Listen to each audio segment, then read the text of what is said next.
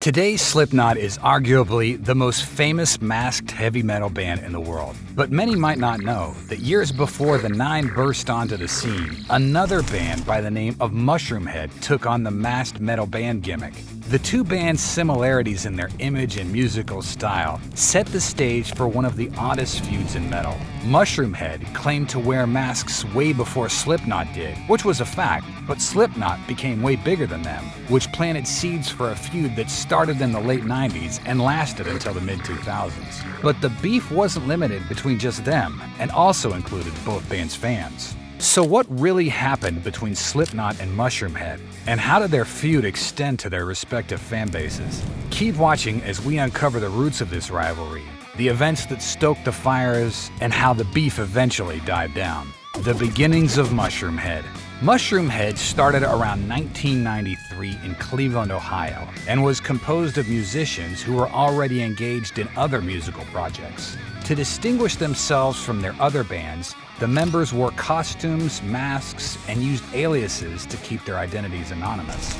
This resulted in the band being known for their unique, horror-inspired imagery and live performances. They played their first show that year, followed by a second show where they shared the stage with Gwar, an already established band known for its outrageous costumes. During the 90s, Mushroomhead prided themselves on being independent and having a do-it-yourself attitude. They played almost exclusively in smaller venues, something that they still continue to do until today. In the 90s, they released 3 albums: Mushroomhead in 1995, Super Buick in '96, and M3 in 1999. All 3 were self-financed and self-released. Despite numerous lineup changes, the band remained consistent with their releases and performances and steadily gained a following, especially in their hometown of Cleveland. But as Mushroomhead began building credibility within the scene, another masked band from Iowa was starting to take shape. Slipknot enters the fray. Slipknot was established in 1995 and unveiled their first release the following year, the demo album, Mate, Feed, Kill, Repeat. By this point, the band was still finding its sound, and over the next couple of years, the band would see numerous lineup changes and expansions. One of the band's founders, Sean "Clown" Crahan, wore a clown mask during the band's early live performances. Soon the rest of the band members followed suit, and Slipknot soon became known for wearing costumes and masks as much as for their high-energy live performances, which was very similar to what Mushroomhead were doing. The rivalry between the two bands didn't kick off until 1998, when Slipknot signed a lucrative 7-album contract with Roadrunner Records. The year prior, Roadrunner wanted to sign Mushroomhead, but they refused. According to former frontman Jeff Hattricks, the band was making more money playing local shows in smaller venues at the time than what Roadrunner was offering them. Thus, Mushroomhead stayed independent, and it took them another 3 years before they got signed to a label. Meanwhile, Slipknot already secured the backing and financial support of a major label with Roadrunner, not to mention the services of Russ Robinson, famous for producing seminal nu metal records such as Korn's debut album and Sepultura's Roots. With Roadrunner behind them and Robinson producing, Slipknot released their self-titled debut album in 1999. It was notable for sounding more extreme and way heavier than its fellow nu metal counterparts at the time, and was praised by both fans and critics. The album was a major success, bringing Slipknot widespread attention from the metal community. To this day, it remains the band's best-selling album. Much of Slipknot's early success can be credited to their label, who helped promote their release and book dates for them to support the album. On the other hand, Mushroomhead lacked the machinery that Slipknot had due to them turning down Roadrunner, and could only do so much by themselves to promote their material. Unsurprisingly, Slipknot became the more popular band. This didn't sit well with Mushroomhead, who felt that a bunch of guys from Iowa who ripped them off were now bigger than them. Mushroomhead members began throwing accusations at Slipknot for copying their style, and the beef was on. But it wasn't just limited between the two bands. Eventually, fans of both bands took notice and began a feud of their own. It became Mushroomhead fans against Slipknot fans, with both fan bases clinging tightly to their favorites and defending them with a passion. For their part, Slipknot was initially indifferent to Mushroomhead's accusations. However, things escalated to a new level when the Knot made a visit to Mushroomhead's home court of Cleveland, the Cleveland Incident. On September 11, 1999, Slipknot played a show in Cleveland as part of the Livin' La Vida Loca tour with Machine Head, Cold Chamber, and Amen. The band was fresh off the success of their debut album and was looking to add another highlight on their first major tour that night. However, that did not happen.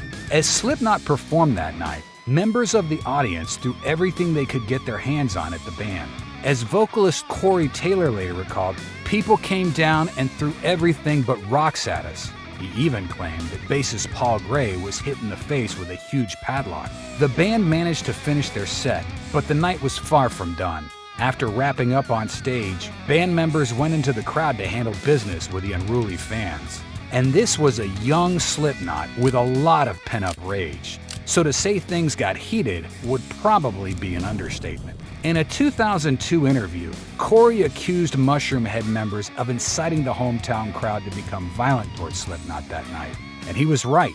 Sometime later, Jeff Hattricks admitted to being responsible for the events in Cleveland. Hattricks was in contact with the hostile fans and even painted pro-Mushroomhead and anti-Slipknot signs. But he maintained that he wasn't aware the fans would take it that far.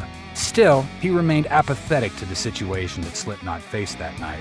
He also accused the band of harassing his girlfriend that day when they spotted her wearing a Mushroomhead t-shirt. Slipknot and Mushroomhead squashed the beef. In the years that followed, Mushroomhead continued throwing shade and verbal jabs at Slipknot.